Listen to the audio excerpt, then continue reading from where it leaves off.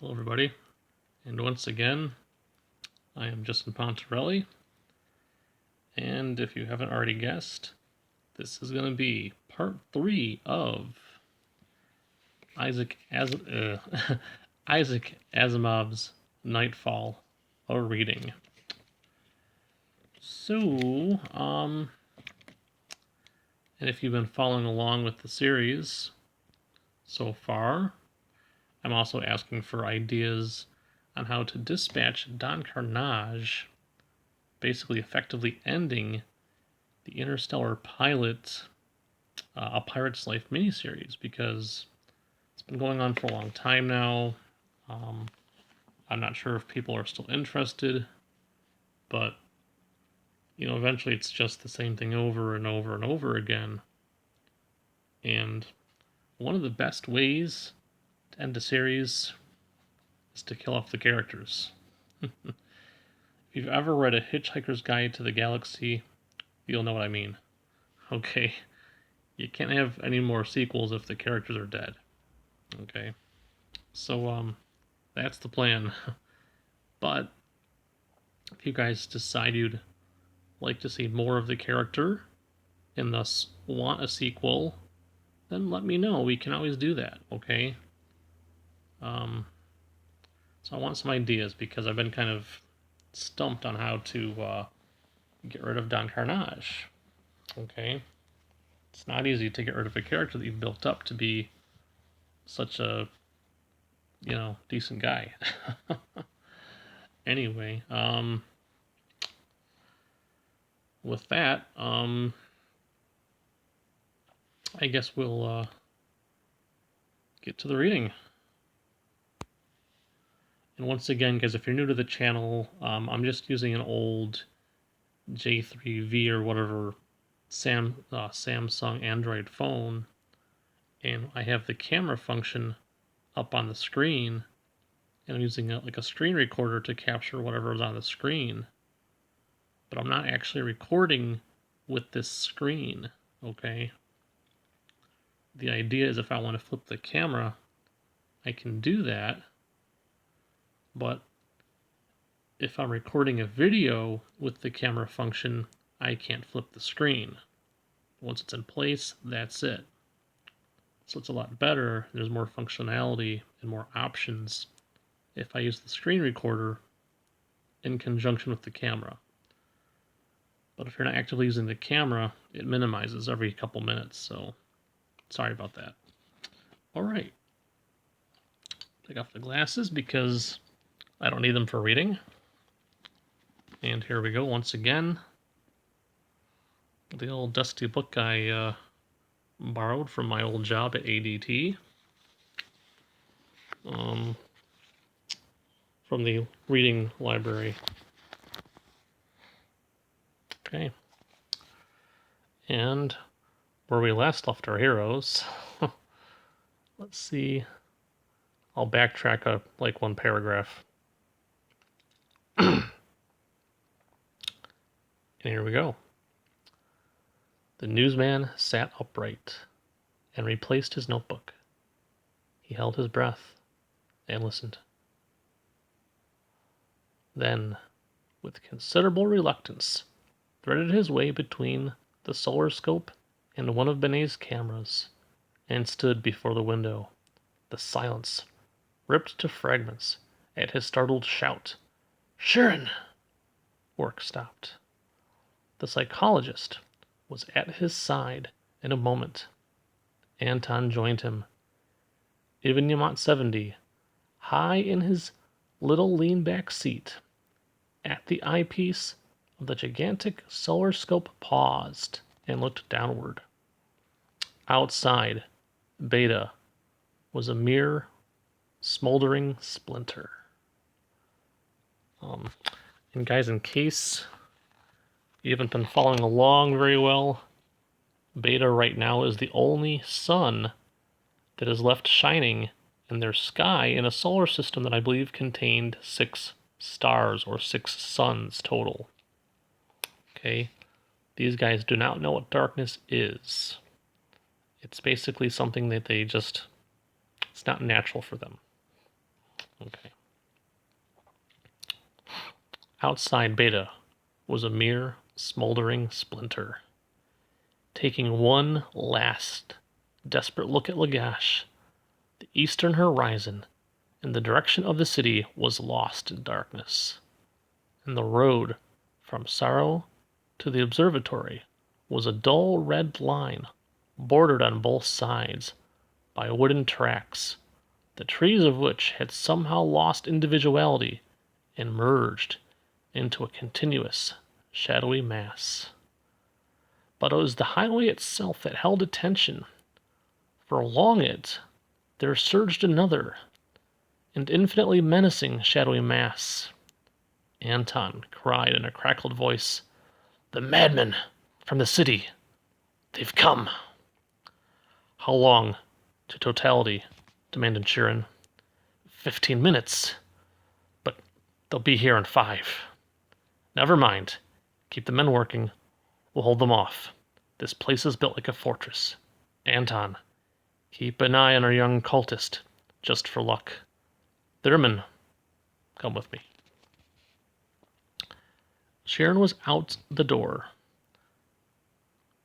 Sheerin was out the door, and Thurman was at his heels. The stairs stretched below them in a tight, circular sweeps about the central shaft, fading into a dank and dreary grayness. The first momentum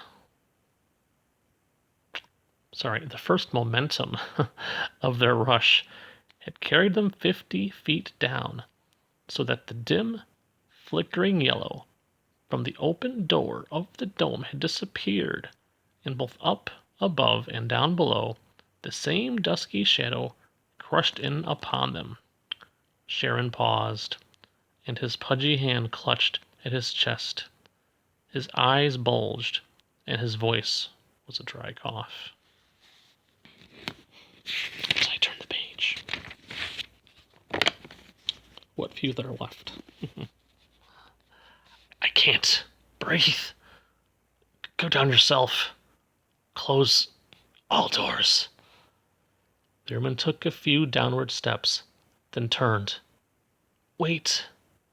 Can you hold out a minute? He was panting himself.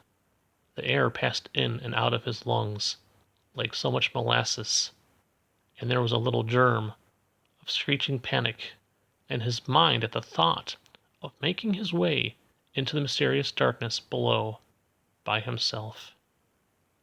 Thurman, after all, was afraid of the dark. Stay here, he said. I'll be back in a second. He dashed upward 2 steps at a time, heart pounding, not altogether from the exertion, tumbled into the dome and snatched a torch from its holder. It was foul-smelling, and the smoke smarted his eyes almost blind, but he clutched the torch as if he wanted to kiss it for joy, and its flame steamed backward as he hurtled down the stairs again. Sheerin opened his eyes and moaned as Thurman bent over him. Thurman shook him roughly. All right. Get a hold on yourself. We've got light. He held the torch at tiptoe height and, propping the tottering psychologist by an elbow, made his way downward in the middle of the protecting circle of illumination. The offices on the ground floor still possessed what light there was, and Thurman felt the horror about him relax. Here, he said brusquely, and passed the torch to Sheerin. You can hear them outside. And they could. Little scrapes of hoarse, wordless shouts. But Sheerin was right. The observatory was built like a fortress. Erected in the last century, when the Neo-Gavadian style of architecture was at its ugly height, it had been designed for stability and durability rather than for beauty. The windows were protected by the grillwork of inch-thick iron bars sunk deep into the concrete sills. The walls were solid masonry that an earthquake couldn't have touched, and the main door was a huge oaken slab reinforced with iron at the strategic points. Thurman shot the bolts, and they slid shut with a dull clang. At the other end of the corridor, sorry guys, I gotta readjust here. Sheerin cursed weakly. He pointed to the lock of the back door, which had been nearly jimmied into uselessness. That must be how Latimer got in, he said. Don't stand there, cried Thurman impatiently. Help drag up the furniture and keep that torch out of my eyes. The smoke's killing me. He slammed the heavy table up against the door as he spoke, and in 2 minutes had built a barricade which made up for what it lacked in beauty and symmetry by the sheer inertia of its massiveness. Somewhere dimly far off, they could hear the battering of naked fists upon the door, and the screams and yells from outside had a sort of half-reality.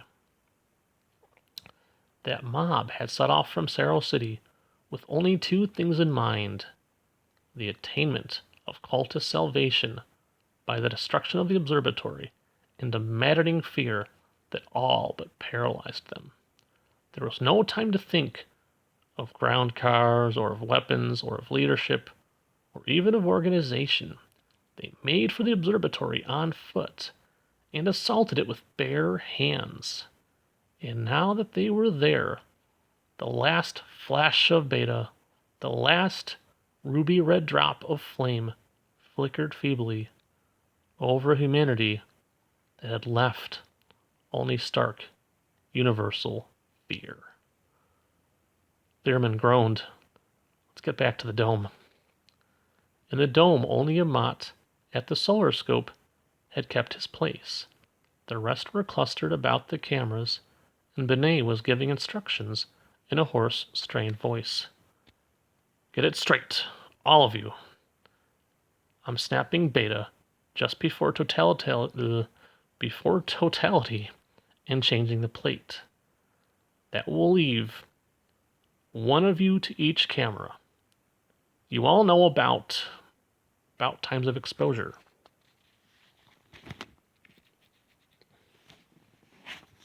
One second.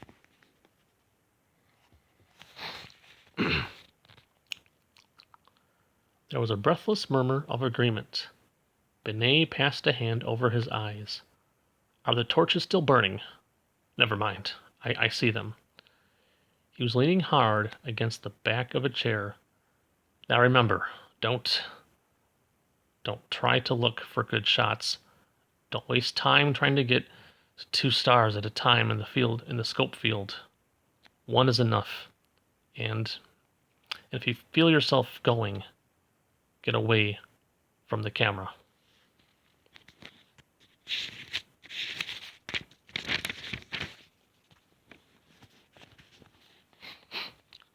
Sorry guys, page change. In fact, let me get some water myself. 1 second.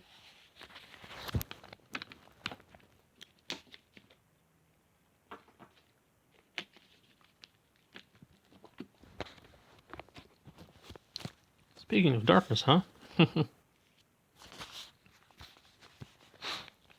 Okay. At the door, Sheerin whispered to Theramon, Take me to Anton. I don't see him. The newsman did not answer immediately. The vague form of the astronomers wavered and blurred, and the torches overhead had become only yellow splotches. It's dark, he whispered. Sheerin held out his hand. Anton! He stumbled forward. Anton! Theremin stepped after and seized his arm. Wait, I'll take you. Somehow he made his way across the room. He closed his eyes against the darkness, and his mind against the chaos within it. No one heard them or paid attention to them. Sheerin stumbled against the wall. Anton! The psychologist felt shaking hands touching him, then withdrawing, and a voice muttering, "Is that you, Sheerin?" "Anton!" He strove to breathe normally. "Don't worry about the mob. The place will hold them off." Latimer the cultist rose to his feet, and his face twisted in desperation. His word was pledged, and to break it would mean placing his soul in mortal peril. Yet that word had been forced from him, and had not been given freely. The stars would soon come. He could not stand by and allow. And yet his word was pledged. Benet's face was dimly flushed as it looked upward at Beta's last ray, and Latimer, seeing him bent over his camera, made his decision. His nails cut the flesh of his palms as he tensed himself. He staggered crazily as he started his rush. There was nothing before him but shadows. The very floor beneath his feet lacked substance. And then someone was upon him, and he went down with clutching fingers at his throat. He doubled his knee and drove it hard into his assailant. "Let me up, or I'll kill you." Thurman cried out sharply and muttered through a blinding haze of pain, "You double-crossing rat!" The newsman seemed conscious of everything at once. He heard Benet croak, "I've got it! At your cameras, men!" And then there was the strange awareness that the last thread of sunlight had thinned out and snapped.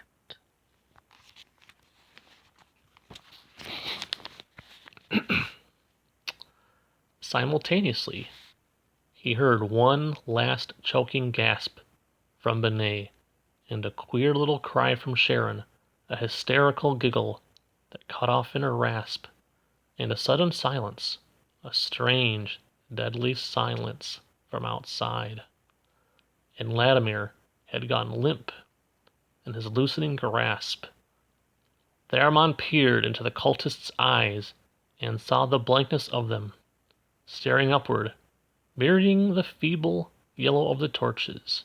He saw the bubble of froth upon Latimer's lips, and heard the low animal whimper in Latimer's throat. With the slow, set fascination of fear, he lifted himself on one arm and turned his eyes toward the blood-curdling blackness of the window. Through it shone the stars. Not Earth's feeble 3,600 stars visible to the eye of Lagash, was in the center of a giant cluster. 30,000 mighty suns shone down in a soul-searing splendor that was more frighteningly cold in its awful indifference than the bitter wind that shivered across the cold, horribly bleak world. I guess I'm going to pause for a moment and check something out. Okay. I think I put some emphasis on the wrong place in this little paragraph, so I'm going to read it again properly this time. Through it shone the stars, not Earth's feeble 3,600 stars visible to the eye. Lagash was in the center of a giant cluster. 30,000 mighty suns shone down in a soul-searing splendor that was more frighteningly cold in its awful indifference than the bitter wind that shivered across the cold, horribly bleak world. Okay. Theramon staggered to his feet, his throat constricting him to breathlessness, all the muscles of his body writhing in a tensity of terror and sheer fear beyond bearing. He was going mad, and knew it. And somewhere, deep inside, A bit of sanity was screaming, struggling to fight off the hopeless flood of black terror. It was very horrible to go mad and know that you were going mad, to know that in a little minute you would be here physically, and yet all their essence would be dead and drowned in the black madness. For this was the dark and the cold and the doom. The bright walls of the universe were shattered, and their awful black fragments were falling down to crush and squeeze and obliterate him. He jostled someone crawling on hands and knees, but stumbled somehow over him. Hands groping at his tortured throat, he limped toward the flame of the torches that filled all his mad vision. "Light!" he screamed. Anton somewhere was crying, whimpering horribly, like a terribly frightened child. "Stars! Oh, the stars! We didn't know at all! We didn't know anything! We thought 6 stars is a universe, is something." One second, guys, let me read the review. Just double check this. "We thought 6 stars is a universe, is something the stars. Notice is darkness forever and ever and ever. And the walls are breaking in, and we didn't know. We couldn't know, and anything." Someone clawed at the torch, and it fell and snuffed out. In the instant, the awful splendor of the indifferent stars leaped nearer to them. On the horizon, outside the window, in the direction of Cerro City, a crimson glow began growing, strengthening in brightness. That was not the glow of a sun. The long night had come again. The end. So, as a little bit of my own prologue and kind of a couple-minute analysis to what just happened, you got to remember, these guys at most were predicting or expecting maybe to have like a mere, 12, 13, maybe 20 stars fill up the horizon and fill up their field of view, So they're saying total darkness hits, right? And all of a sudden they're seeing at least 30,000 plus stars out there in their field of view, And they're used to living in a world that has never seen darkness. They live in a solar system where there's like 6 stars or whatever, and their little planet, is always lit up. And they're, unlike us people here, right on Earth, right? Little light bulb right about, I can't do it right there. Okay? They don't have that. They're using torches, candles, right? That's all they got. They've talked about campfires, they're using torches, so they know how to make fire, okay? Obviously, maybe for cooking and stuff. So these guys have no idea what an electric light bulb happens to be.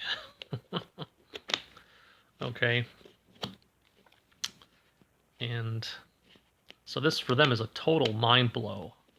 Okay, you got the cultists, that somehow knew about this coming already, and somehow somehow this was all written down beforehand, so they all knew, they all had warning via the cultists.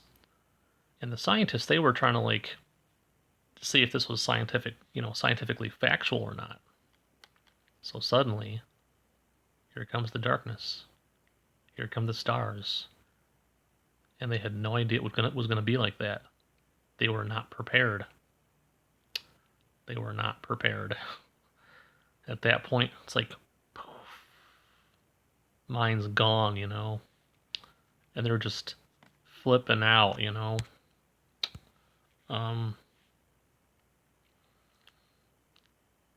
Yeah.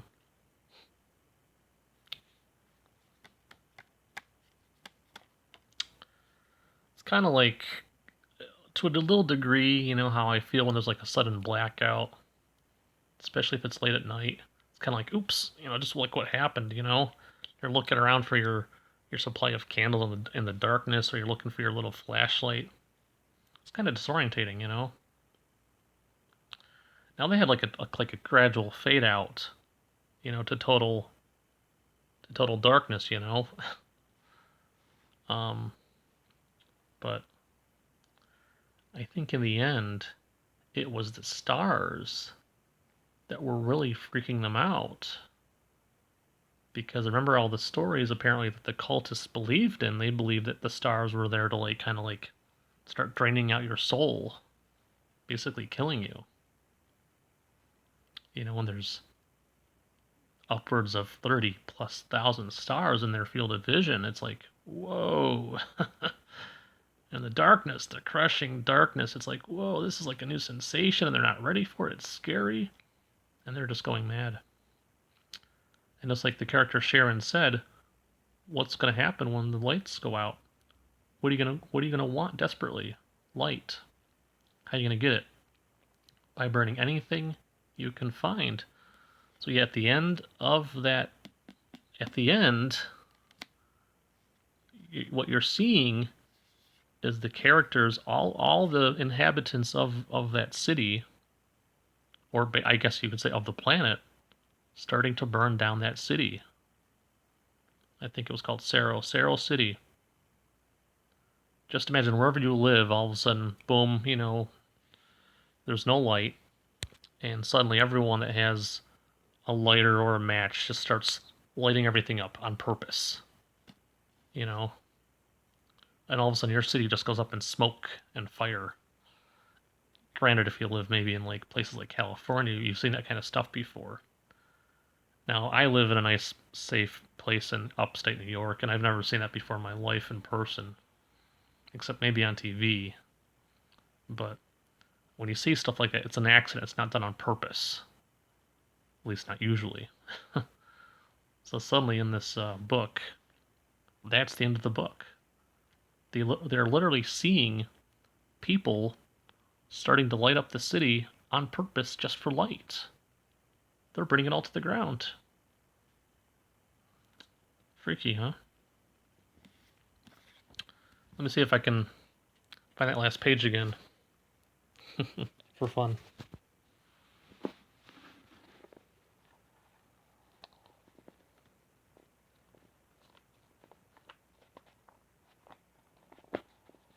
I found it. Kind of.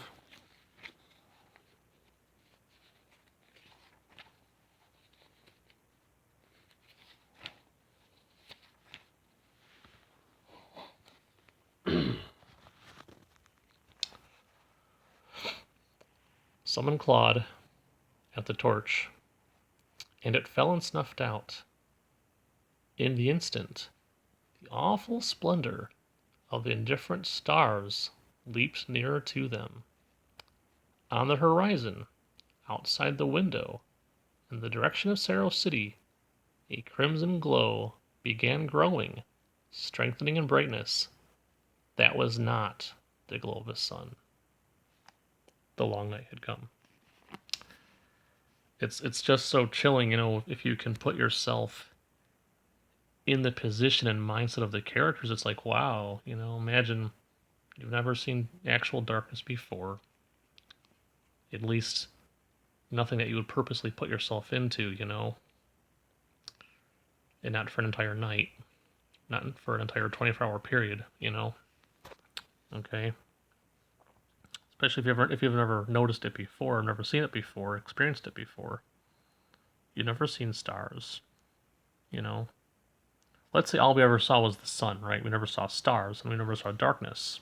All of a sudden, boom, sun's gone, no more light, and all of a sudden you see all these like little twinkling things up in the sky. It's like, what are those things? And this is just weird and scary and terrifying and fear of the unknown, right? It's really what it comes down to. It's the fear of the unknown. They don't know what's going to happen. They don't know what's going on.